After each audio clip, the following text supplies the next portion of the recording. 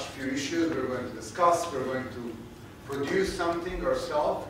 At the beginning, I will need to do 3 technical requirements. First, about the taping. They tend to tape me, but if you, for any reasons, are having trouble being taped, or the situation in your country, like I had 7 Syrians here yesterday, and they didn't want to be taped, and 1 Burmese who didn't want to be taped. So if you don't want to be taped, please raise your hand so the guy here knows to cut off the camera when the time comes. That's the secret guy, yes. Okay, so probably the best place for you to sit would be around there, huh? Can you arrange this? Okay, so that was easy. Okay, so this is it. At the end, we'll do the small evaluation, like everywhere else. But until then, let us start by learning a bit about each other. And just presenting thrilling experience. Had a group of friends. Out of the desperation, I started a small movement called Otpor, meaning resistance in Serbia. We somehow were capable to mobilize 70,000 people, put opposition political parties together, campaign successfully against the oppressive government, end up with this oppressive government, and somehow even survive it through this transition. Since then, I tried to discover how have we done it, and what are the principles on which others can do similar stuff. Since 2004, I'm running a small group called Center for Applied Nonviolent Action and Strategies, or CANVAS, and you were pleased to meet some of the cool guys there. It's Nini and Sinisha and Ceca. I don't know in which workshops you have been, but there are plenty of our folks around here thanking to Partners for Democratic Change. Today I expect to learn something about the social media as well, being a very analog and non-digital person. Okay, you're watching at a person who is using Facebook mostly to show off. Whenever I catch the big fish, so I'm using it for my fishing pictures, and I don't even have a Twitter account. But what I was looking at throughout the Arab Spring and a little bit before are the basics of how you communicate, of whom you communicate to, and development of this wonderful new thing we call social media. Today we are going to learn a little bit about how this thing came in place, what may be the use of it in the future, and specifically what are the best practices you have used in your country, because I think that's tremendously most important. I'll start with a picture from Serbia from 1999, or late 1998. That was the very beginning of this organization. What do you see in this picture? That's it. This is the happy marriage between one thing, which is graffiti, very popular tactic in Serbia, and as far as I know, very popular tactic in many other countries, as well as with something which was a big wonder in Serbia. In 1998 in Serbia, we didn't really use internet. Only a few of us had an email address. It was considered to be a very exotic way of communication, and these websites was very useful for Otpor, even with a very small internet penetration. Why? This was the place where we published our first manifesto, so people could really know what is this organization all about. It costs us about 30 cents to post a Word document on the website, as opposed to printing this program as a booklet, which was something we couldn't afford. Then second, that was a very cool place where you could really fill the form and join the organization. So it was, for the first time, we used it actually for recruitment. So that our 2 first use of new media back there in 1998 in ancient times was using this for recruitment, but also sending our message out. For those who were out there in the previous workshops, I'll just repeat a boring story about how important is to understand this thing we call message development. We need to know our target, we need to know our message, and then when it comes to our messenger, we can talk about the traditional media, new media, printed media, vocal media, visual media, but this is this phase. First we need to know whom we are talking to and what we are talking to. and why we are talking this to the target audience. Let me give you the example. There is a fascinating Egyptian organization called April 6. We are blessed to have one of the April 6 heroes here, my friend Sarah. They do their Facebook page in Arabic and in English. So can you tell us why? And whom you are targeting with each one? You can speak Arabic, they will understand you better. بس أنا كان عندي معلومة عايزة أصححها لك، وأنا مش عضو 6 أبريل، بس أنا طبعا أعتبر جاسوسة جوه 6 أبريل، ممكن تعتبروني كده عشان أنا أعرف عنهم كتير. هي 6 أبريل عملت صفحتين، واحدة بالعربي وواحدة بالإنجليزي. واحدة بالعربي علشان تستهدف فيها الجمهور المتحدث بالعربية وطبعا المصريين. وكمان تستهدف العرب اللي هي كانت لهم خبرات حركة 6 أبريل والأساليب اللي طورتها. وكمان علشان تناول أفكار الإصلاح في الأسلوب. Excuse me. عشان الترجمة يعني الجميع بس سلو داون شوي شوي عشان الترجمة.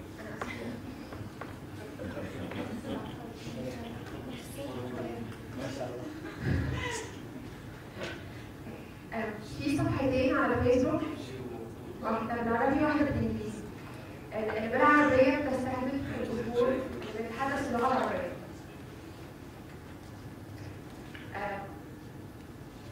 واللي بالإنجليزية بتستهدف إن هي أولاً العرب اللي عايشين من فترة العرب أو المصريين اللي عايشين فترة طويلة في المهجر أو في أوروبا أو في الولايات المتحدة، لأن كتير منهم بيشوف إن الأسهل إنك تتكلم بالإنجليزي أو تتواصل بالإنجليزي.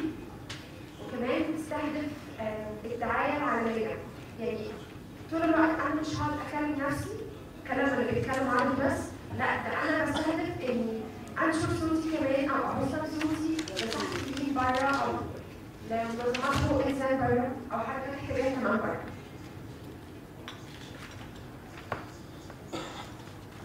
That's exactly the point, and thank you for this intervention. Because what we need to know is whom we are speaking our messages to. And this is how we pick our messenger. So before we start talking about the new media, which is on the list of the messengers in Nonviolent Struggle, we need to know whom we are persuading. And when it comes to speaking from the nonviolent movement, there are two different things you will find posted on these Facebook pages. On the Arab Facebook page, there will be invitation for demonstrations in Cairo. On their English Facebook page, there will be violations of human rights, links to YouTube. So these are completely two different audiences we are talking to, whether we are talking one outside of the country, talking to one inside of the country. Make no mistake, analog media and analog tactics are also following this pattern, because what you will see is the bunch of the Arabs in the street, but get what? The transparents are in English. So you will find a lot of these around because they know they're sending the message elsewhere. So you need to understand what you really want from these guys before you jump into this situation. So now, every single nonviolent struggle in the world has 4 completely different target audiences. And I would like just to look at a few of them and ask yourself, what do you think? Some of you are belonging to the group, so talking to the members of the group is very important. So my question is, when the movement speaks to the group, what do you want your group to think? How do you want your members and supporters to feel about it?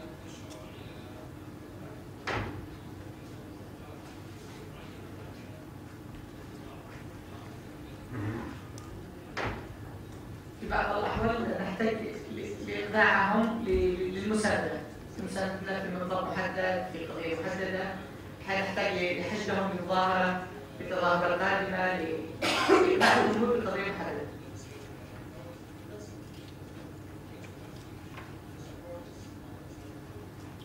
This is a very important part, and you also want them to feel bold, courageous.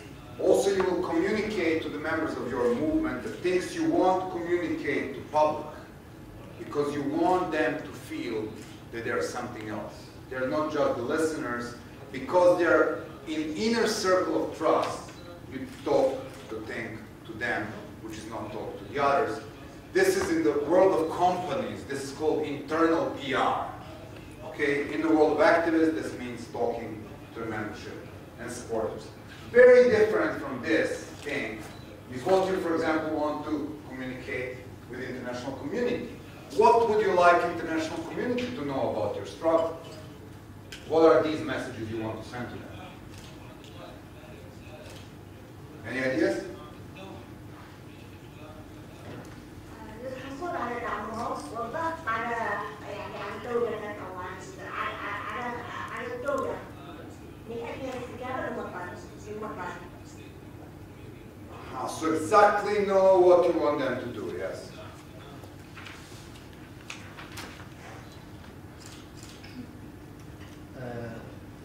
بالبداية يعني أكيد إذا أنا أريد أضغط على المجتمع الدولي أو سياسات الدولة بأي بلد كانت أكيد ما وفرت جزء من حقوق الإنسان الأساسية. بالتالي يعني اللي أطلبه من المجتمع الدولي أو سياسات الدولة هي حقوق الإنسان الواجب توفرها لدى الإنسان، اللي هي بالتالي حقوق طبيعية وناقص من قبل الخالق، لا هي غير مكتسبة من قبل أي شخص سواء كان المجتمع الدولي أو الاتفاقات والمعاهدات الدولية اللي تتكلم بحقوق الإنسان. بالتالي علينا الضغط، تشكيل حملات الضغط من خلال المؤتمرات اللي احنا فيها، خروج بتوصيات رفعها للمجتمع الدولي وحتى بالمنطقة العربية بالجامعة العربية وإلى آخره من مسؤولين مهتمين بهذه القضايا.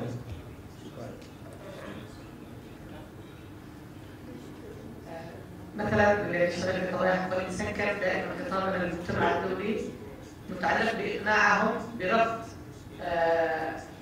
منع وقف حقوق الانسان مقابل المنح والقروض. كانت الحكومه بحاجه لقروض ومنح، كنا نحن نضغط على المجتمع الدولي باتجاه انه يقارب القروض والمنح مقابل تحسين حاله حقوق الانسان، مثلا منع انتهاك المحددات، اطلاق معتقلين، وقف التعذيب، وقف وما الى ذلك.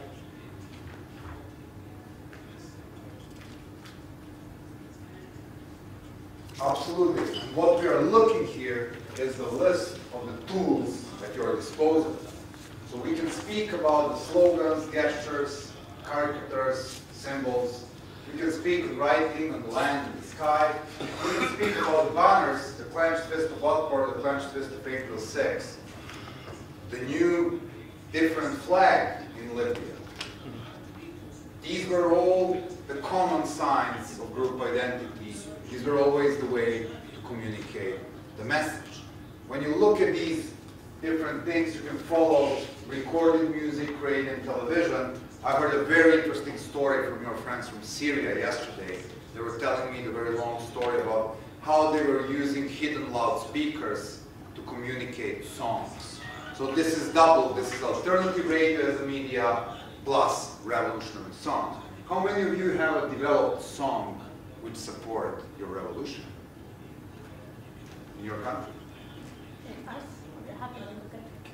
Yes, I mean, is there a specific symbolic song sang by the people in your country regarding the revolution? I remember some very ugly rap music from Egypt, for example. So I mean, huge. Yes?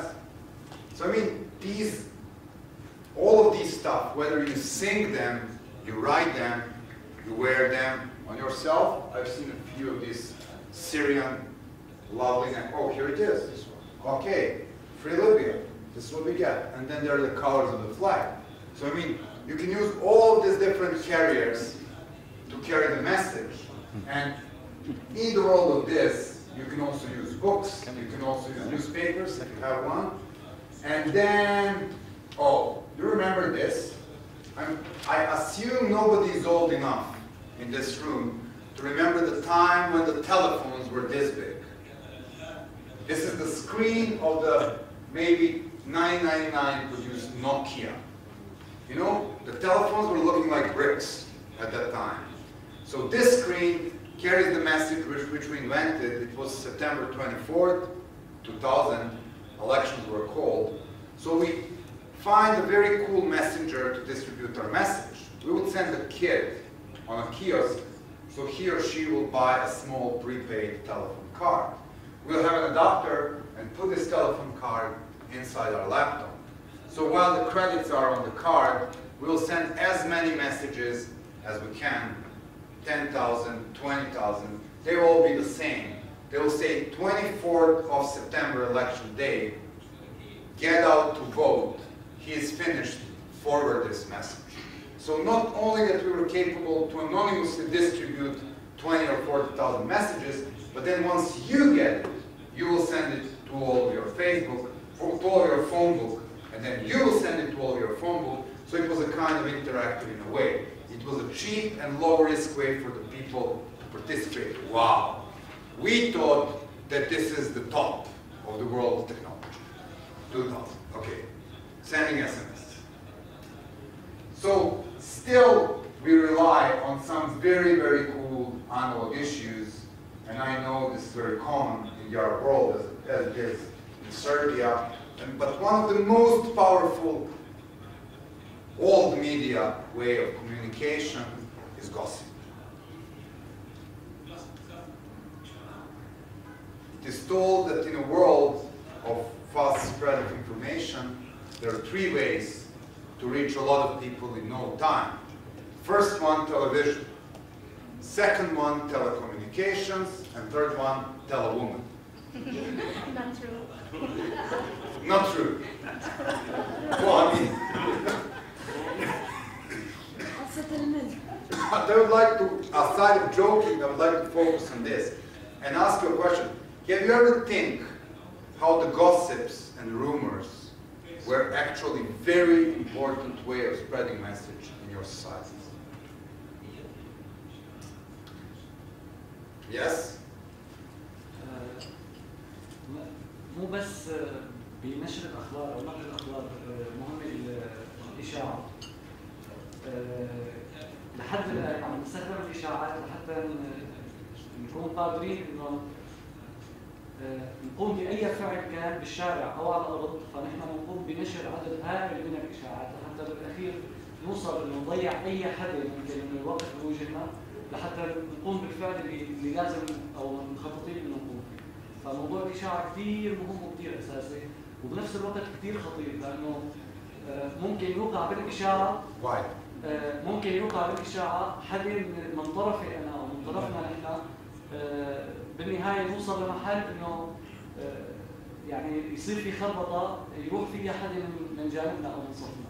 فكثير مهم موضوع كمان ندقق وين وكيف وليش واين ننشر هذا الشيء. ربما اختلف وياي صديقي بخصوص اهميه الاشاعات، سلبيتها اكثر من ايجابيتها. يعني ممكن انه تكون الاشاعه من الطرفين، بالتالي راح تقل ثقه الشعوب او تقل ثقه الشعب بكذا دوله بالطرفين، يعني الطرفين يؤدون الى نتائج اللي هي الموت فيمكن تكون عكسيه، وهذا ما هو واضح بالوقت الحالي بسياسات الدوله، وايضا سياسات الدوله لديها اعلام مسيس وجرائد وانترنت وشاشات تلفاز وفضائيات، وايضا اكو جرائد مستقله واعلام مستقل. طرفين بينشروا اشاعات، الشعب هو اللي راح يوقع بيها، هو اللي راح يعني هو اللي راح يفقد ثقته بمؤسسات سواء كانت حكوميه او غير حكوميه، وحتى بمن ينشر الاشاعه او مسيس الى كذا. اعتقد هي يعني تحدي كلش كبير.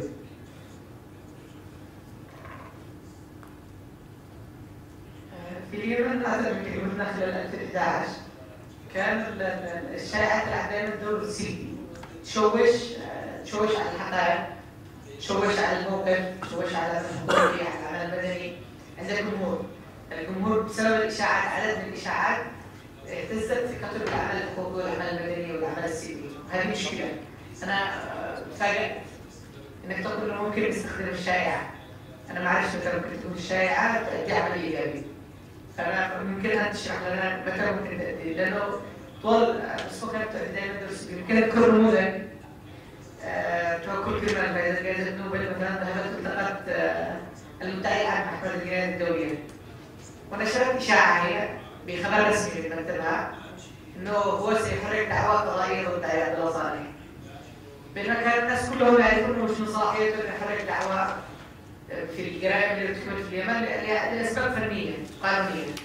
فهذه عملت ارباك، الضحايا كانوا حصل جدل ونقاش، وفي الاخير علي عبد الله صالح كان هو عارف انه مش من حق المدعي العام محمد الجنايات الدوليه انه يسائله او يحاسبه. الذي كان هم الضحايا اللي وقعوا ضحيه هذه الاشاعه، ضحايا فما جانب ولا الحكومه ولا الحاكم هي قابل للخطا، يعني حتى تلويث السمعه، الاشاعات نحكي بالنسبه للحاكم ولا الحديث عن اشياء وقعت، يجب التجنب على نشر اشاعات تضر بالناس، بس تضر بصوره الحاكم، صوره الحاكم المستبد اللي يعطي لنفسه صوره الهيه معصوم من الخطا وكذا، كي تعطيه اشاعات وتبدا الاشاعات مخدومه بحبكه حرفيه، والاشاعات هذه يمكن يصدقها الناس، الاثر هذاك احدث بالنسبه لنا كانك عندك نوع من المسمار وتضرب به على ذهن المواطن، صحيح او غير صحيح بعد هذا ما يهم، المهم هو في ذهنه اللي الصوره هذيك تغيرت والوجه الالهي، الصوره الالهيه وقعت توصيفها، معناها ارجع الانسان يكون يغلط.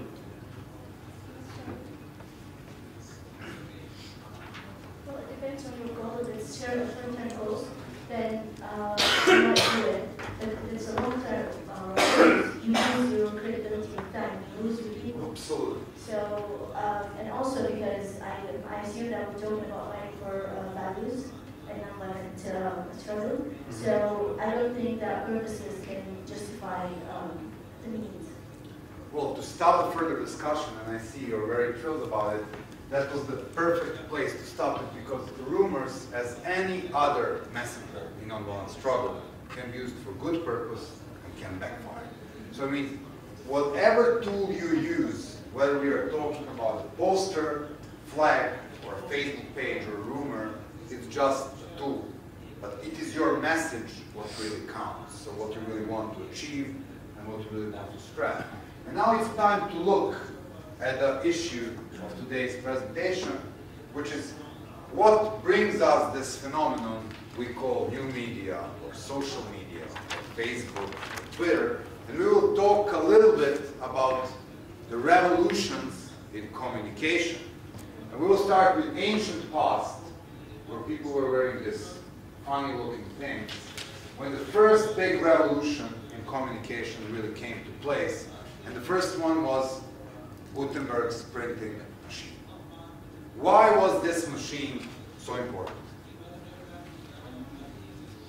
To duplicate.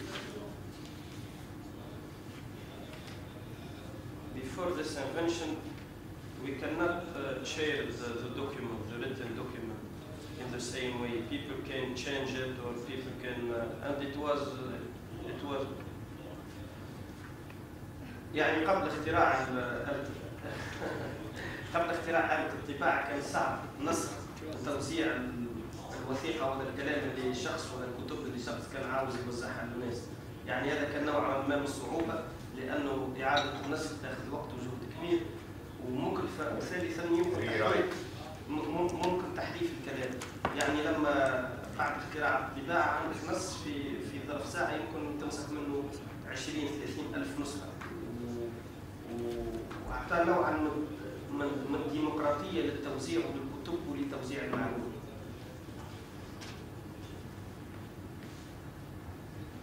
You want to say something as well? فقط هو أحب أضيف أنه شكل تحول كبير من عهد ما قبل الطباعة إلى ما بعد الطباعة، المعلومة أصبحت أسرع، وكثيرة أسرع من قبل، وفتحت آفاق كبيرة فيما بعد. So it enabled information to be spread to a lot of people. It also cut the monopoly to information, because before printing machine, only those who possessed these few books, and only those who can pay to rewrite these books, were controlling the information. Now the information was, far more reachable. And then another step is this old thing we call radio. And then the third one, believe it or not, TV sets were looking like this when they appeared. But this is the television. So this is where you could read the information and spread it fastly and relatively low cost. And then this means that you can listen to the information with almost no cost once you buy the radio thing. And the difference between these two is also the speed. It takes some time to print newspapers. But, the moment the event happens on the street of Cairo, the person is talking to its cell phone and it's all over the radio. Same works with the TV and the live stream and the stuff like that. So this is one line of the technology revolution. On another side of the world, a genius caught with fancy mustaches, whose name was Henrik Bell, came out with completely different communication revolution. And I'm sure you know what it is. It doesn't have a cable anymore, but this is this thing we call telephone. So what is the difference between these two things? These line of revolution and this thing? Interaction. I think 2 ways versus 1-way communication. The first line is communication in one way. From the sender to the receiver. And the second one is interactive. Yes. So now we are talking about the place where the third technology revolution came in place. Look at this. Printing press, radio, TV. It all enables you to reach a lot of people from one place, but in only one direction. It has become faster in a way, it has become cheaper in a way for consumers of information. On the other side of things, the telephone enables you to talk in two directions. So this thing and this thing doesn't match easily because you can't put too much people on the radio show via telephone. If you have 2 or 3 of them, you probably try these things like conferences on phone. If you have like 15 people on this is unbearable. This doesn't work. So this is where we come to the third revolution, because what the new media really enabled is a happy marriage between huge numbers to be reached and interactiveness. So very unlike CNN TV show, which can be seen by 5 million people every second, but attended by only few people in studio, it is one way. You can have a Facebook page which has been visited millions of times in seconds. In the same time, hundreds or thousands of people are posting their comments. And this works. This works in the real world. So the real reason why we are talking about a technological revolution is that the communication dilemma of the 20th century, meaning either mass impact or interaction, is happily resolved in the world of new media. Well, let us look a bit on the history of new media. You would be amazed how different it is from what we know now. Believe it or not, but the new media impact on the world's people power and nonviolent struggle is started by some very unlikely groups. You know who are the hipsters? The guys with the funny glasses, you know? So there was a hipster DJ in a New York radio which actually came out with something we know as flash mob. You know what flash mob is? Yes. This is, I'm very bored, I will invent a flash mob. I will call the people together and do something silly. So the first time the new media were used for gathering people was for pillow wars. Pillow wars, you know, people hitting each other with pillows in Central Park, New York. 6 months later, the guy came to the same idea, but they were struggling each other with snowballs. Not very serious, very far from politics. So they were using the social media to create a group of people to do something. Well, the game changer came in 2006, when a group of hipsters in relatively cold country called Belarus decided to come out in a group and eat ice cream. Before you know, the plainclothes policeman appears and put them in the police cars. This is where we understood that it is not about the new media or eating ice cream, but it is about the group. Because in Belarus, like in many other countries, there are restrictive laws, meaning if 3 of you meet in the same place, this is a public rally, you need to go to the police, stuff like that. So very unlike what we know today, actually the history of impact on new media in politics started in a place where you don't have a lot of new media, but you have a lot of police. Even better, next stage, in real impact new media made in the history of nonviolent struggle is coming from the place with a little bit of literacy, absolutely no internet penetration, and the last people we would expect to use new media in the world, which are Buddhist monks.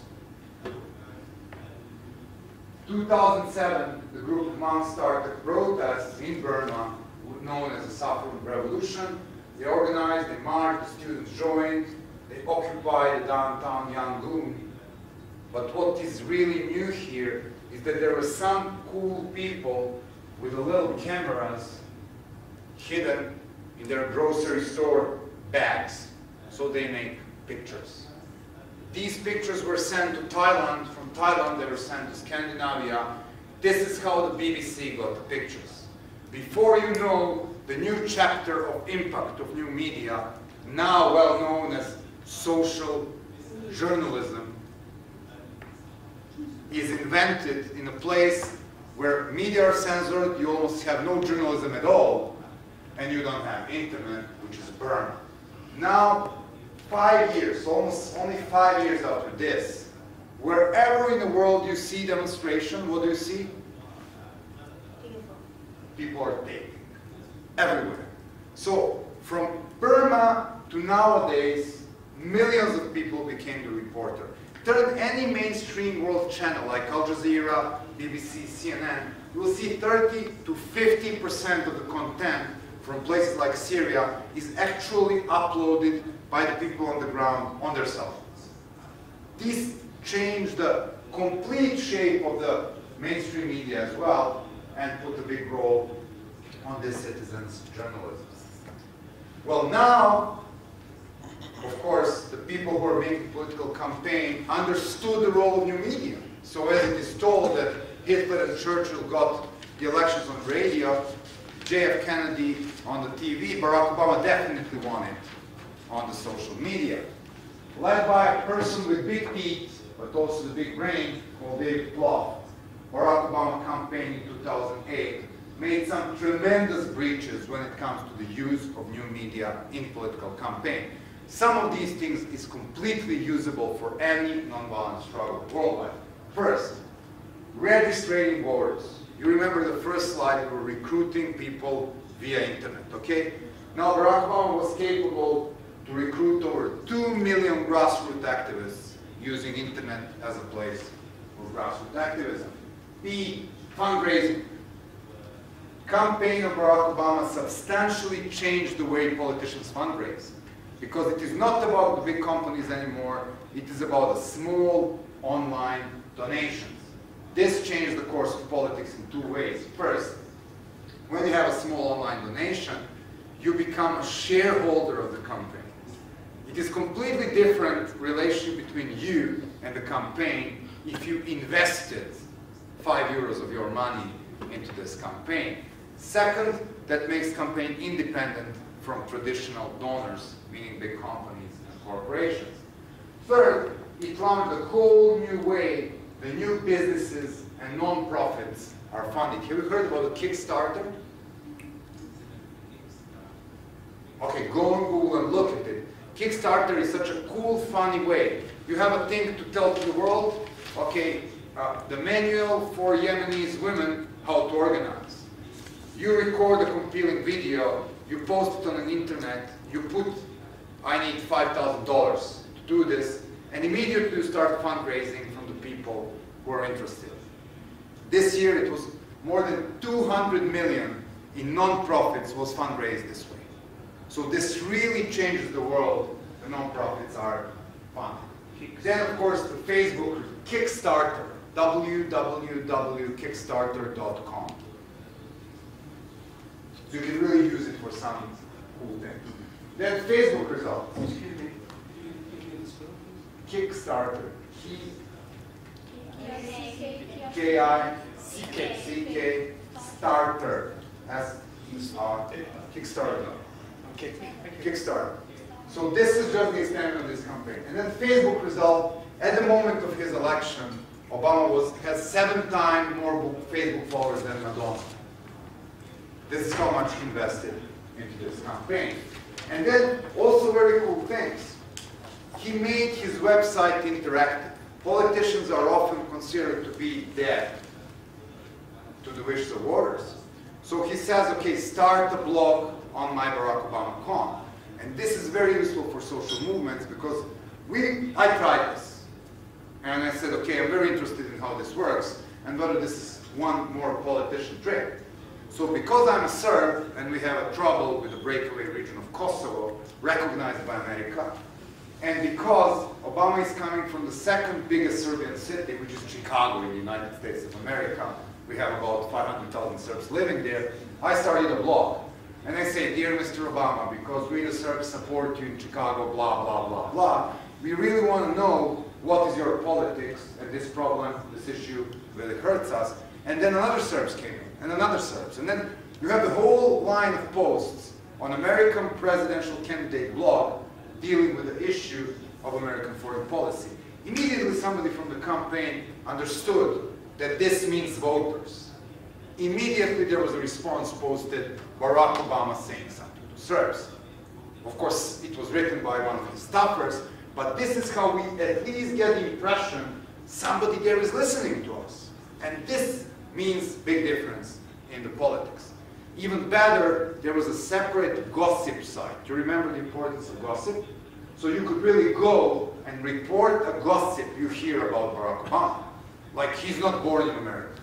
Like he's a Muslim. Because gossips mean the other side prepares this for a propaganda, so A, you can prepare for these gossips and for the attack from another side, and B, you can discredit it before it has come out. So these are some tricks used, and this is what really changed the shape of the campaigns. We entered in 2009 with the dramatic pictures from yet another strange battlefield, and this is Iran. Does any of you know who is this woman? Can you tell me a story about her?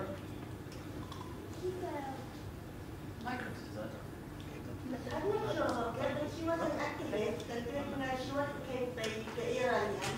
And after she was came, the momentum of revolution in Iran became high because of killing her by the Iranian police.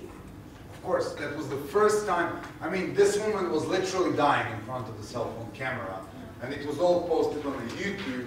And this is what gave the revolution the face, really. But it also made a very important impact in the world of the use of new media, meaning new medias were used to put a price tag on a state-sponsored violence. So one of the biggest contributions of the new media is that now you know that there is a price tag. 30 years ago, Hafez al-Assad could easily move and kill 20,000 people. Now whatever happens in Syria, the world is watching. And this is a huge difference. 2004, after the election, Putin was capable to wipe out the street from the activists, no price whatsoever. Now you can see his policemen being very gentle when they are putting people in the autozaks. People are tweeting from the police cars because he is aware of the fact that there is no such thing as local violence. Now the violence becomes global very fast. You want to say something?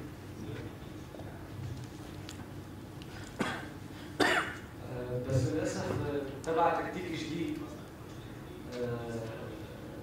الاعلام جرعات قتيل قتيلين 10 15 50 هلا صرنا معدل تقريبا شي 180 ف يعني مثل ما نحن عم نحاول نتكيف هن عم يحاولوا يتكيفوا ولازم نحن نكون اسرع منهم واكثر ذكاء بطريقه التعامل مع الاعلام تحديدا ومع الراي العام. Of course, you're more than right. Educators tend to learn as well. So this is like one of the things and one of the big lessons here. So now, this brings us to the Arab Spring, and this is where the use of social media really flourishing. And I have no intention telling to the Egyptians what happened to Egypt or telling to Libyans what happened in Libya, because you guys know that. But in some of these cases, new media were among the key tools for national but also international mobilization from Tunisia to Egypt to every other places. Now let us focus on the three real contributions of new media in nonviolent struggle. First, new media make things faster and cheaper. In 1999, when I wanted to organize a rally in an analog country called Serbia, it was a mess. I needed activists to spread leaflets. Oh, first I need to print the leaflets. I need people to put the posters and get arrested by putting the posters. Oh yes, I need some money to print the posters. I need radio ads. Now I make a Facebook page and everybody knows. So when it comes to the speed and price, it is a real contribution. It also adds a bit of anonymity to it. You want to say something?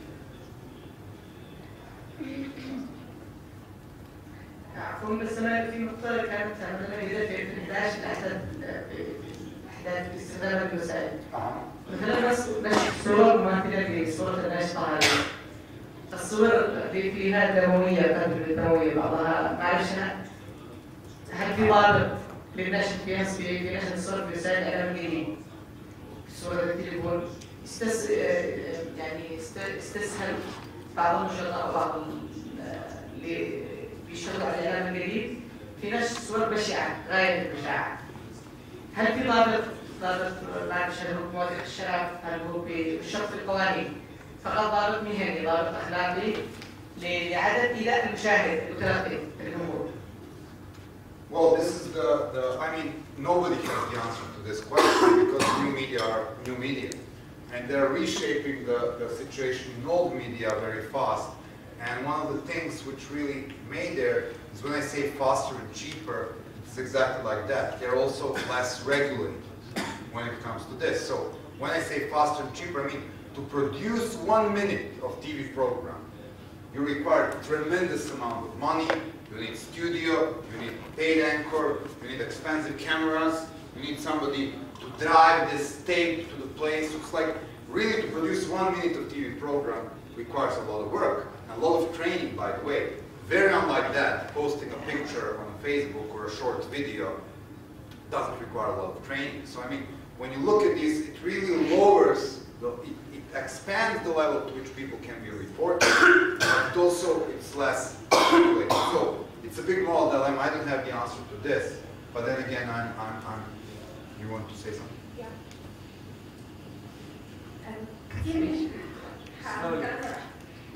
في ناس بتعتبر ان فعلا صعب ان انت تشوف صور عنيفه او بشعه او فيها صور، لكن احنا في مصر مثلا ممكن نقول لهم حاجتين: صورة خالد سعيد اللي هو على اساس انا متصور، صورة شاب كيوت ووسيم وشكله صغير وصغير بس انه حجمه شكله طيب، ونفس الحكايه مع صورة مينا دانيال.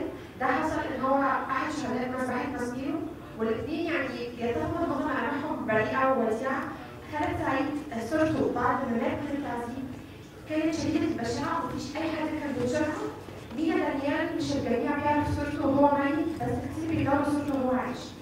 نفس الحكايه صوره طفل سوري اسمه حمزه الخطيب وله صفحه على فيسبوك، وكتير بينشروا صورته وهو عايش على اساس ان ده طفله وجميل وطيب ورقيق، وفي الاخر ده بيبقى سبب احداث العنف. فكتير دلوقتي بينشروا صورته وهو عايش بس مش بيقدروا ان هو ينشروا صورته وهو ميت لانها برضه بشعه. فاحنا ممكن ننشر بلاش صور الناس وهم ميتين او هم مصابين لانها بتكون عنيفه وبتجرح كتير احساس المشاهد وبتخليه ده يرش. Excuse me.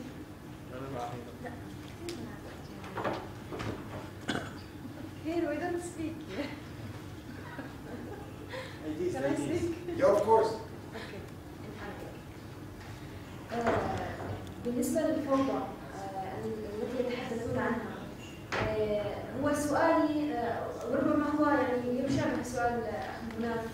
يعني لا نستطيع أن نسيطر على الفوضى التي تحدث في عالم الإعلام الجديد، بس يعني هناك يعني صحيح هناك خوف وهناك يعني تخبط خاصة في وسائل الإعلام الحديثة من نشر هذه الصور، وحتى أحيانا يعني أطفالنا الصغار يعني نحاول بقدر الإمكان يعني أن نطلب منهم أن يدخلوا لهذه المواقع بسبب هذه المشاهد، ولكن لا نستطيع. بكل الأحوال هم يدخلون ويشاهدون. يعني حتى لدي أخت صغيرة في السن عمرها 11 سنة، قلت لها: هل شاهدت صورة فتاة سورية التي رسموها؟ أنا لم أقل لها عن الصورة المؤلمة مقطوعة الرأس التي يمسكها والدها.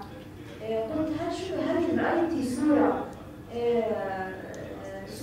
طفل ورسموا رأس لها غير الجسم، فهي يعني صمتت هكذا. هي لا تريد أن تقول لي أنها شاهدتها، ولكنها يعني هربت من المكان كله لأنها يعني شاهدتها وخلص يعني.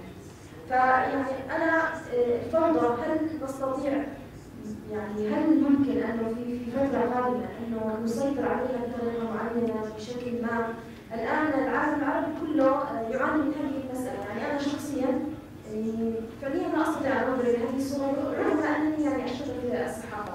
فالسؤال هو هل في المستقبل نستطيع أن نسيطر على هذه الفوضى، خاصة نحن المتخصصين الناشطين الصحفيين في مجال الصحافة الإلكترونية؟ فقط سؤال آخر، يعني إذا كان يسمح لك الوقت بأن تجيب، يعني ما نزال نقول الإعلام الجديد، هل سيبقى جديدا؟ يعني من زمان نحن نقول بأنه على صار قديم خلاص. social media. Can I comment on what she said? I think once the information is out, it can be returned. But my comment is, I think when you put this kind of pictures, people will share it on Facebook. They say, I will share it. I will see it. I'll feel sad, but I will share that. You don't want to put your profile every day and find it there. So you limit your you limit the, you don't spread it much, you don't spread the message when you use it. So I agree with on what she said. And also, I can imagine if there's a country that's starting to struggle and say like the Saudis when they started to went out. If there's a picture like this, that would stop it, that would make you scared rather than, encourage them to prosper. Same as with the rumors. We are talking about you are controlling the show.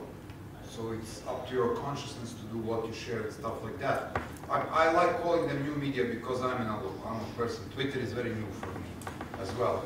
And I assume that these social media are not the end of the new media. So I think we're going to witness more and more. So this is part of it. I don't have an idea how to regulate it. I'm telling you, I don't have a Twitter. I'm just observing the impact and say there are like 3 different spaces here we want to observe. First, makes things cheaper, faster. Second, puts a price tag on the oppression. Third, which I want to discuss more, is help knowledge spread faster. So 20 years ago, we were running a struggle in Serbia, and I ran across the books of an American scholar called Gene Sharp. And he writes very fat books, and it is about 7 different volumes of very fat books. And then, I was pressured to smuggle these books into my country in a bag, but it was very difficult for me to read it, to spread it, to give it to the people. 2009, when the Green Revolution started in Iran, the Farsi version of our Revolution for Dummies was downloaded 17,000 times within 1 month.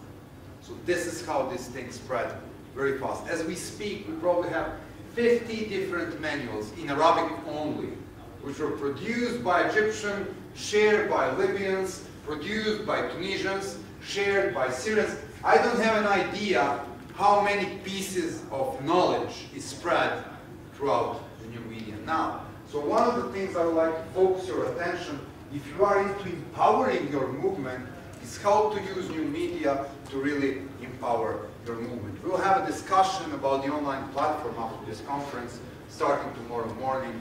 And one of the things will be, what are these things you may need to learn stuff? I mean, we had a tremendous idea yesterday. I was listening about, the great idea of having revolutionary songs being cut into the ringtones, and then, make a small ringtone generator. So really you can use the song, make a ringtone, and send it to everybody. Is this maybe a cool tool? We can talk about the applications, many, many different things were discovered, and sharing these things on web may be the way to go on. I will allow one more question, then I'll assign you with a task. الحقيقة هو سؤال مداخلة أو تعليق حول نشر الصور الصعبة على الأطفال وصعبة حتى على الكبار من ناحية الانتشار والآخرين. بطبيعة الحال الإرهاب نوعان برأيي. إرهاب يقتل ويفجر ويدمر البلد والشعوب، وإرهاب ينشر هذه ينشر الدمار وينشر الخراب وينشر الاطفال و الى اخره. الارهاب هو هدف ادخال الخوف والعنف بنفوس الاخرين. طيب احنا اذا ننشر صوره على الفيسبوك او على تويتر صوره مقتول ومنظر بشع جدا راح يدخل لنا الخوف، بالتالي حققنا جزء بسيط او جزء كبير لربما من مصالح واهداف الارهاب. فجهه عكسيه ممكن يكون رده فعل يعني انا ضدها، واتمنى انا اتوقع انه اللي اختاروا هذا السيشن واختاروا هذه الجلسه هم من الاعلاميين وال يعني اعلاميين وبصحف الكترونيه وحتى مجلات ورقيه وايضا على الوسائل التكنولوجيه. فاتمنى انه احنا نبدي من عندنا بنفسنا انه نبطل ننشر هكذا صور، وايضا ندعو الاخرين من خلال صفحاتنا الى عدم نشر هكذا صور حتى لا نساعد الارهاب ونكون النوع الثاني والجزء الثاني من الارهاب. شكرا. خليني اختلف مع الكل اللي موجودين هون. طيب اذا رجعنا للمبدا او للاساس بالشيء اللي نحن مجتمعين كلياتنا عليه هون، انه انا ناشط وحقوقي وضد العنف وهي القصص كلياتها. بالنهايه هي البنت هي انسان وانا ناشط بحقوق الانسان. اذا انا منشرت خبر او قصه او حتى صوره قد ما كانت اشعار معناتها انا عم اقول مبدئي انا الاساسي. بنرجع اذا بدي اعامل حاكم نفسي كصحفي او كاعلامي او حدا عم ينشر خبر، هذا اللي صار بدي جمله او ما بدي انشره، يعني هلا بيرجع هذا موضوع شخصي، بس بالنهايه هذا اللي صار.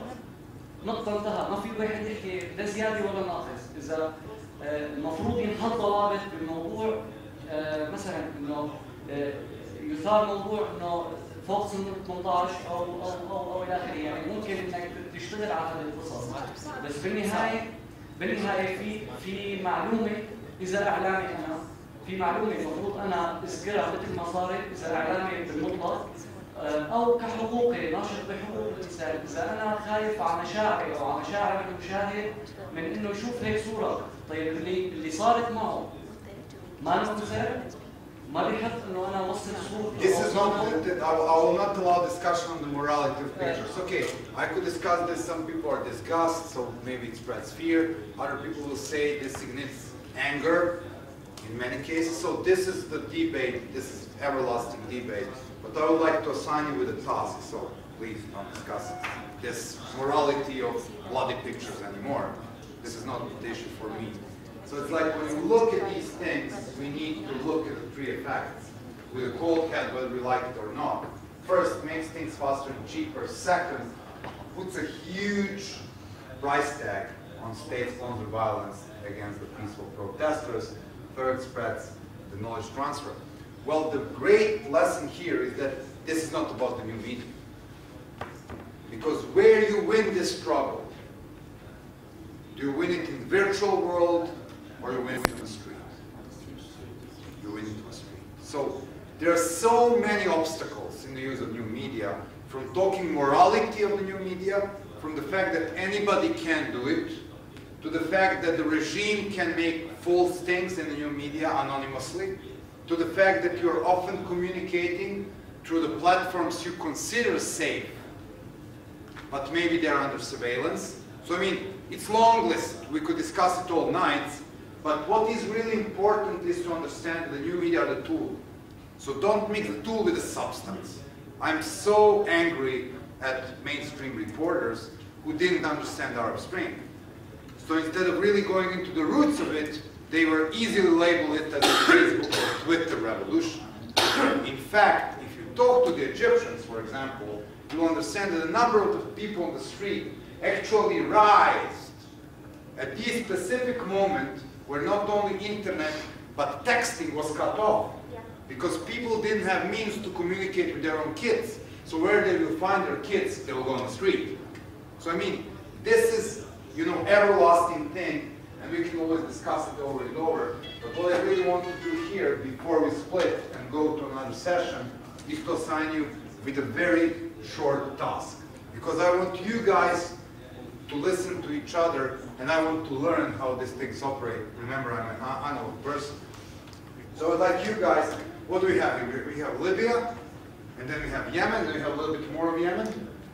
So we'll put Yemen and Yemen together with Yemen under the leadership of this brave Yemenis woman, of course. Power to well, we have one Kenyan. It's very rare, but dear to my heart. And then what I would like to do is to answer to the very specific questions.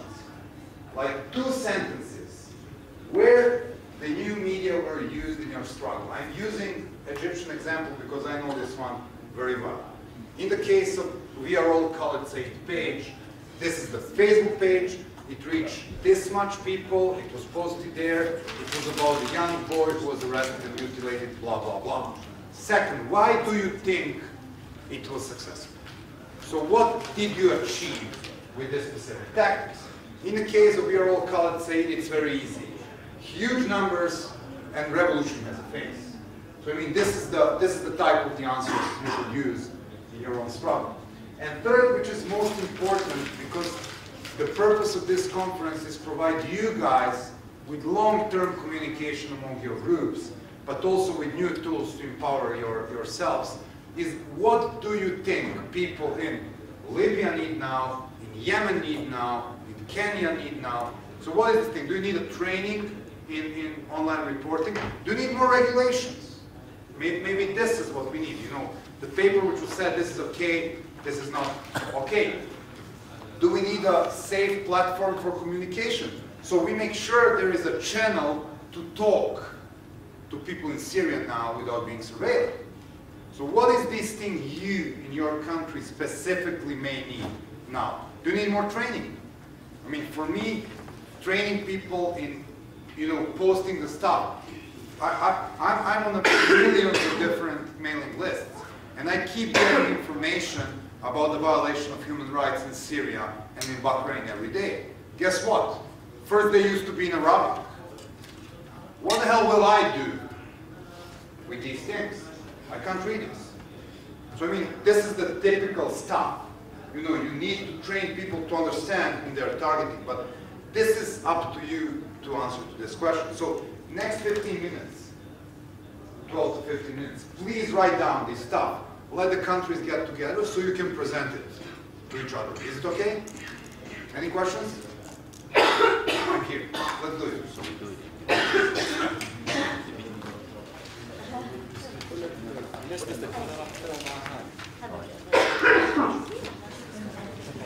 So this is it. Example, 2 sentences. Why it's successful? 2 sentences. What shall we do in the future? 2 sentences. Is it okay?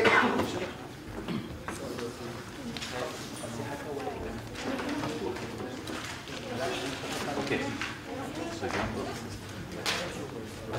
Hey, Gadid.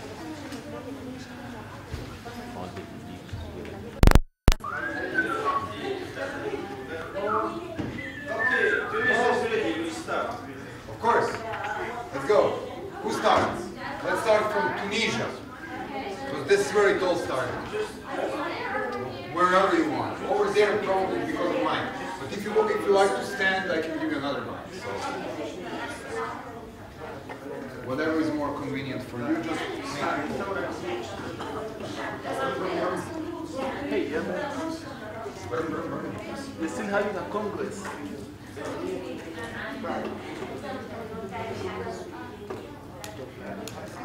Okay.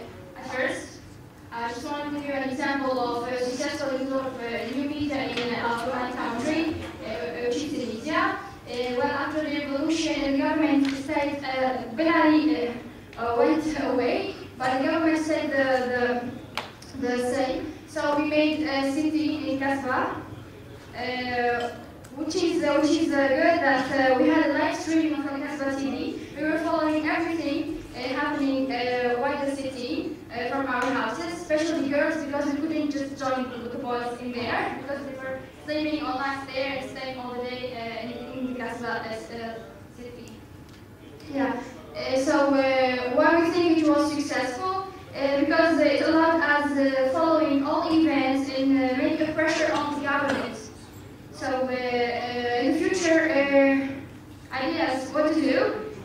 We want to focus more on education. And, yes, and establishing good norms of youth governance and youth activism in civic society. Okay, so more education and more online tools for education. Thank you so much. You're welcome. Bravo, that was fast. I hope ours will be that short as well. Libya. Yep. Yeah. Speakers here. هنحاول نجاوب على الأسئلة إن شاء الله. أين استخدمت وسائل الإعلام الحديثة الجديدة في صراعنا؟ قبل الثورة فتحنا صفحة على الفيسبوك كانت اسمها صفحة 17 فبراير لنجعله يوم غضب، وكانت قبل موعد الثورة فترة يعني، والناس واجدين يعني كان عندهم علم بتاريخ إذا 17 فبراير. الصفحة ما زالت قائمة إلى الآن، صفحة 17 فبراير نجعله يوم غضب. هذه قبل الثورة. أثناء الثورة قمنا برفع مقاطع على اليوتيوب، أيضا إنشاء قناة على الإنترنت اللايف ستريم، ومن ثم تحولت إلى قناة على المايسات للشهيد محمد نبوس. أعتقد العالم كله عارف قصة محمد نبوس والقناة اللي أنفقها قدام الثورة. أيضا أنا كنت بداية الثورة كنت بدرس في أمريكا، فكانوا الشباب الهاكرز يعني في ليبيا، طبعا قذافي سكر الانترنت وقفل الانترنت كل شيء، فكانوا في شباب هاكرز يرسلون في اكواد، كنا نحن نرسلون في اكواد باش يفتحوا حتى الصفحات المحجوبه او الانترنت باش يسهل التواصل بيناتنا. حتى حتى كنا نستقبل منهم في صور، كانوا يصوروا بشكل كبير، كنا ناخذ منهم في صور وناخذ منهم في قوائم الشهداء ونحطوا فيه نحن على الانترنت وندزوا فيه من قنوات CNN والBBC والقنوات الجزيرة والعربية. أيضا الجرافيتي، أيضا اشتغلنا حتى على الجرافيتي واجد، كان عندنا شهيد اسمه قيس الهلالي، حتى هو وكلوه جماعة كتائب قذافي اللجان الثورية، ما يسمى باللجان الثورية. لماذا نعتقد أننا نجحنا؟ لأننا استطعنا أن نوصل الصورة للعالم في الوقت اللي كان فيه قنوات القذافي توصل في صورة مغايرة للعالم. فمحمد نبوس، الشهيد محمد نبوس في القناة اللي طلعها وكان يصور من عند المحكمة من عند الساحة، كان ياخذ من الناس في الصور في المقاطع، وكان يرسل فينا على القناة العالم كله كان يشوف يعني. فنعتقد أننا نجحنا في إيصال الصورة. السؤال الأخير، ما الذي نحتاجه حاليا؟ نحتاج إلى تطوير مهارات استخدام وسائل الإعلام الجديدة، أيضا توعية الناس بأهمية هذه الوسائل، يعني لازم نوعي الناس إن لازم يعرفوا أن الفيسبوك هو اللي ساهم بشكل كبير جدا في هذه الثورات، لازم الناس يعرفوا أن الوسائل الإعلام الجديدة هذه مهمة جدا. أيضا شيء أخير نختم به هو حق الوصول إلى المعلومة وعدم حجب القنوات. علينا نشتغل نحن كلنا كمجتمع مدني أن يكون عندنا حق الوصول إلى المعلومة، وما فيش مواقع أو مواقع معينة تقدر الهجوم عليها. شكرا. Thank you very much. That was very useful piece. يمن. يمن نسمعكم يا يمن. يا ريت بالعربي. We kind of disagree. Most of the people didn't succeed in media or enlightenment for those and the revolution. And that's due to different reasons. One of it, only 1% of the population use internet. Only 1% out of that 1% use Facebook. So that's unclear. Yeah, another thing is the power blackout. The power is often in for more than 18 hours. And then if we know that there's a big percentage of people in Yemen are illiterate. So, you know, but you don't have electricity and you're illiterate and no internet. We're in total darkness. So, but the thing is, when we refer to new media here for mobile phones, texting and calling, we chose this march, which is called the Life March, and it was amazing. That was a march from a city from another city, which is 270 kilometers.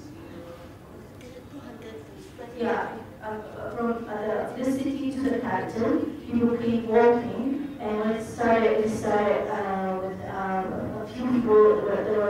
There were around 200, and they kept walking, and people kept joining them. So by the time they came to the capital, like the entrance to the capital, those who joined were actually influenced by Facebook. So.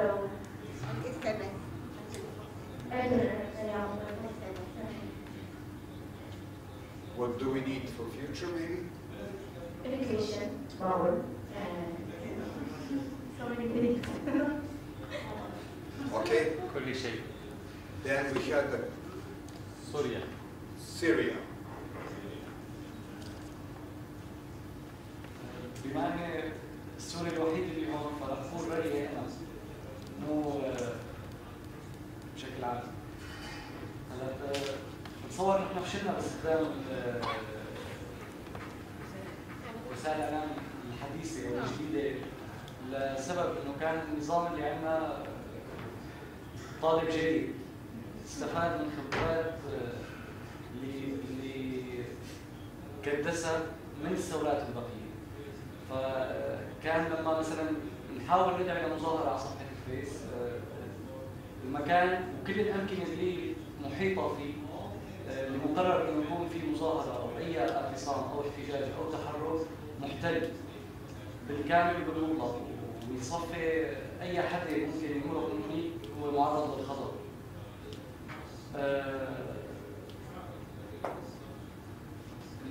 المشكله عندنا مو انه الفشل مو سببه نحن بالمطلق، السبب الاسلوب اللي تم التعامل فيه مع الانترنت بطريقه كثير ذكيه من قبل النظام، قطع عن اماكن وابقاء اماكن موجود فيها الانترنت. بالنهايه تحولت صفحات الثوره بسوريا اللي موجوده فيس او اي موقع تواصل اجتماعي ثاني لعباره عن منصات لبس رؤى فكريه او تحليلات سياسيه بتتعلق بالواقع اللي نحن عايشين فيه. بالنهايه كانت كثير مفيده وكثير رائعه بس مو للنشاط، صرنا نحاول نبتكر ادوات اخرى لحتى نتواصل فيها ونشتغل على الارض. اكيد بدنا تدريب، اكيد بدنا كثير تفاصيل متعلقه بالمواضيع التقنيه والانترنت سكيورتي، بما انه النظام عندنا كثير متقدم بهذا الموضوع، يعني عنده خبرات صينيه، عنده خبرات روسيه، عنده خبرات ايرانيه هائله وخطيره بنفس الوقت. يعني كانوا قادرين انه يعني يجيبوا ادق التفاصيل عن اي حدا ممكن انه ينطلب اسمه بابسط طريقه ممكنه، فبالتالي يعني صار موضوع الانترنت عندنا موضوع كثير خطير وكثير حساس، واهم شيء انه ما كنا قادرين نعرف لوين بالتحديد واصل النظام بالقوه بمجال الانترنت سكيورتي، ما كنا قادرين نحدد نحن لاي مرحله هو واصل باختراق شبكاتنا السريه او المفروض انها تكون سريه. فهذا الموضوع تحديدا بده شغل بالاضافه لباقي المواضيع اللي بتتعلق بالمونتاج، بالفيديوز، بالصور، بهي القصص. فيديو مونتاج وفيديو اديتنج، هذا الموضوع كثير اساسي لانه نحن لحد هي اللحظه يعني عم نتلقى اللوم انه نحن عم نعرض قضيتنا بطريقه كثير غلط. عم نعرض يعني مثلا موضوع طرحنا لقضيه الثوره بسوريا عم ينحط تحت المجهر انه هذا غلط. طبعا هي نتيجه انه سنه و8 شهور، انه مده طويله لقيام ثوره عبر الثورات العربيه مو عبر الثوره بشكل عام.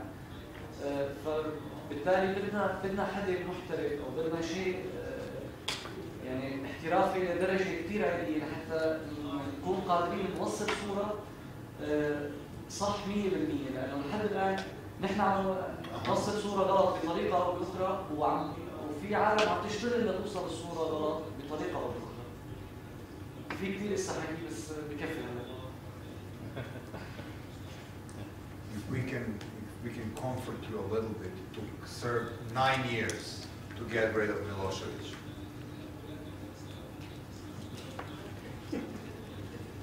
So there are more stupid people than I know that, and I expect that from the beginning, but because of the Arab Spring or the situation in the whole area, they thought, I don't know how, it's very easy and it's very short time and he will collapse or something like that.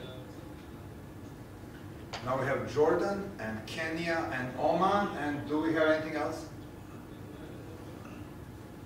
That's it. Can I go? Ladies first, sorry. Jordan.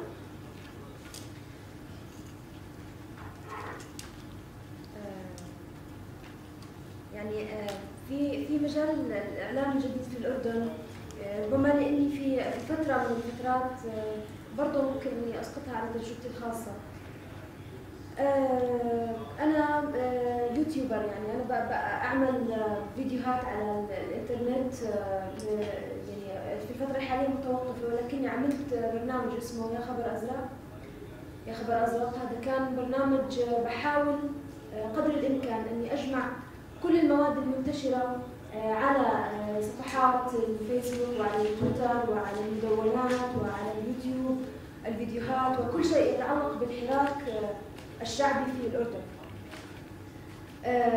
من ملاحظاتي الخاصة، ويعني إذا كنت سأعطي أمثلة ناجحة عن بالأردن، هناك صفحات كثيرة يعني لا تعد ولا تحصى. في صفحات صنعوها الحراك الشعبي نفسهم، وفي صفحات صنعتها الحكومة حتى يعني بالمقابل.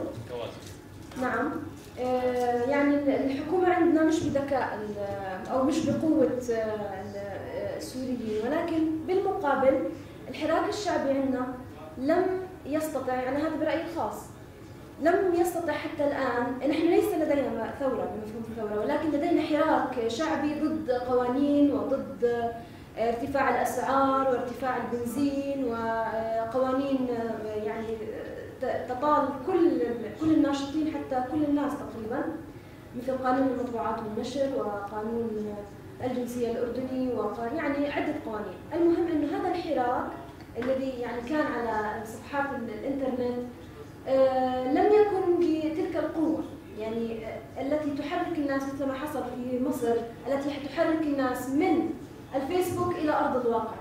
كل المظاهرات التي تجري في الشارع يعني لا يكادون يعني يتجاوزون 100، هذا إذا كانت ناجحة يعني يتجاوزون 200 يعني.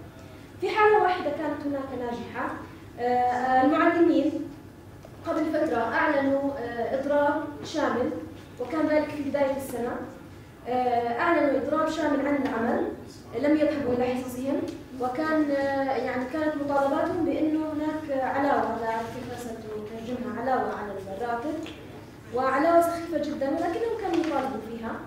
المهم المعلمين يعني عندما لم يجدوا أذنا صاغية، ويعني وزارة التربية والتعليم تجاهلتهم تماما، والحكومة تجاهلتهم، ويعني ولا كأنه شيء يعني يجري على الأرض، وعملوا صفحات على الفيسبوك. لكن قرروا أخيرا أنه سننزل، وجاءوا من كل المحافظات وتجمعوا عند رئاسة الوزراء، وكانت يعني ربما تكون من أكبر المظاهرات الحقيقية التي وصلت إلى عمان ومن كل المحافظات، لأنه كان في هناك فعلا يعني كبت شديد على هؤلاء المعلمين، وفي النهاية حصلوا على جزء من حقهم. ربما هذا يكون نموذج ناجح انتقل من الإعلام الجديد إلى أرض الواقع. هناك صفحات كثيرة، وهناك برز الآن في الوقت الحاضر ناس ينتجون فيديوهات. هناك مثلا صفحة اسمها أردن الإخبارية. هذه الصفحة ناجحة جدا برأيي، لأنها أولا احتفظت بسرية الأشخاص الذين يقومون عليها، وتتابع بشكل يعني تحاول قدر الإمكان أن تنقل كل الجهات، هي منحازة قليلا للحراك الشعبي، منحازة للمتظاهرين، ولكن تحاول أن تنقل الجهة الأخرى. في أشياء كانت زمان يعني ظهرت كان في مظاهرات حصلت في الشارع الأردني وتعرضت ل يعني عنف مقابل من الأمن العام، وظهرت هناك شخصية للأمن العام كان اسمها أبو منقل. هو شخص يحمل المنقل الذي نشوي عليه اللحمة، حمله وضرب فيه أحد المتظاهرين، إضافة إلى أشكال أخرى من الضرب. أحدهم أمسك سلم وضرب فيه المتظاهرين، كلهم من الأمن العام وبعضهم من الناس الذين يكونون مع الأمن العام. فظهرت صفحات مضحكة جدا، ساخرة جدا، تنتقد هذا الشكل من العنف ضد المتظاهرين. هذه أيضا من الأمثلة الناجحة. انتشر الآن وهي الجهة التي أعمل لديها خرابيش.com. هي شريك مع اليوتيوب، وهي مؤسسة تقوم على إنتاج الفيديوهات الإلكترونية الساخرة بالضرورة، أكثرها التي تنتشر بصورة سريعة وبشكل كبير جدا وهائل يصل إلى مليونات المشاهدة.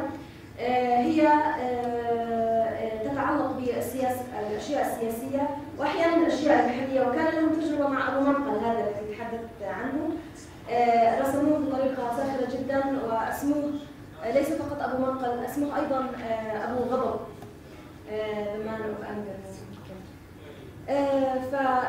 يعني أنا تجربتي الشخصية عملت ببرنامجي حلقة من الحلقات تحدثت فيها عن كانت ليست انتقاد للملك، ولكن أظهرت في الملك، حيث انتشر فيديو لشخص يظهر حبه للملك، صادفه بشكل مصادف بالبحر، ويعني رآه بشكل عفوي، وأظهر له حب مبالغ فيه، ويعني أنت وأنا على رأسنا وأرجوك تعال للغداء ومش عارف شو من هذا الكلام. فأنا يعني خرجت كفيديو، عملت فيديو وقلت يا جماعة أنه هذا ليس هو الحب الذي يجب أن نعبر فيه عن وطننا، ووضعت أمثلة من أغاني شعبية معروفة لدى الجميع، هي أغاني وطنية وليس شعبية، حولت كلها باتجاه يعني كلمات عنيفة، كلمات يعني هيك طلع العيون، ويعني أشياء يعني هي منتشرة جدا في المجتمع الأردني، ولكنهم لا يفكرون في الكلمات، يعني فقط يستمعون لها. فهي يعني تعكس يعني قليلا بعض العنف لدى الذين يكتبون هذه الكلمات. يعني ربما تكون تجربتي احد التجارب. انتشر جدا هذا الفيديو، وتعرضت شخصيا لكثير من المضايقات من الانترنت، كان هناك رسائل وبعض التهديدات، يعني شيء ذهب. هذا في الأردن. في الحكومة عندنا أمثلة أيضا استخدام الإشاعة. الحكومة لدينا تستخدم الإشاعة، يعني الحكومة وليس الشعب. هي تنشر للجماهير، لا أريد أن أطيل، تنشر للجماهير أحيانا أخبار ما قبل إصدار القرارات. يعني مثلا إنه سيكون هناك رئيس وزراء جديد، ينتشر في الفيسبوك بأنه هناك سيكون رئيس وزراء جديد، ولكنهم بالفعل لا يعلنون ذلك بشكل رسمي إلا بعد مدة. مثلا سيكون هناك ارتفاع على أسعار البنزين، يعني أسعار البنزين تظهر الإشاعة ومثل ما تتحقق بالفعل ويعني تذهب للناس. أعتقد أنها نجحت في خلق وعي عند الجمهور الأردني، ولكنها لم يعني تذهب بهم إلى الشارع حقيقة. نحتاج إلى تنظيم، نحتاج إلى مؤسسات يعني تستطيع أن تدرب هؤلاء الأشخاص الذين يشتغلون في الإعلام الجديد في المواقع الاجتماعية. 2 countries, 5 minutes. Kenya, then Oman, and then we go. Oman is out. Okay, this is Jordan from Kenya. Successful use of Facebook. We had a campaign called Kenyans for Kenya. And the campaign came about, there was a lot of hunger in one part of Kenya. And the situation was really bad, and the government was doing anything. The reports were in the media, but the parliament and the president were pretending that it doesn't exist. The government spokesman was on TV saying that actually there was no hunger in that part of Kenya, and we were having pictures sent to us from that part of the country. So we organized Kenyans to do something. So we got to Facebook and asked Kenyans to sign up, and we gave them a number in which they could donate money, mobile money. In Kenya we have something called mobile money, so they could send them the money. So we were able to raise 20 million Kenya shillings, and when the government realized that it was really mobilizing very fast, the government jumped in to stop the situation. They sent the military people to go do some things, send their food, and we were also able to send the money that we had collected. So that was really successful use of Facebook and Twitter. Maybe the future, next year we're having an election. That's really important because we just got a new constitution, and the country needs a president who is able to implement the constitution. And we have a struggle because we are moving from a system of government where there was authoritarian rule, and those people are still interested in power, and they have a lot of money, they're well connected, they're able to use the money to steal themselves into power again. So we really need to mobilize young people, because the youth votes actually could provide the swing vote. So we need to learn how to use Facebook in a way that we can share information and mobilize for the change that the country needs. Super, Oman, and then we're ready to go. He's out. He's out, okay. Sorry for that. So this was very useful. Thank you for your patience, and hope that we'll stay in touch. If you're into getting in touch with us, that's easy. And I mean, I prepared like a few very cool movies you have. So I mean, these are the movies about the struggle.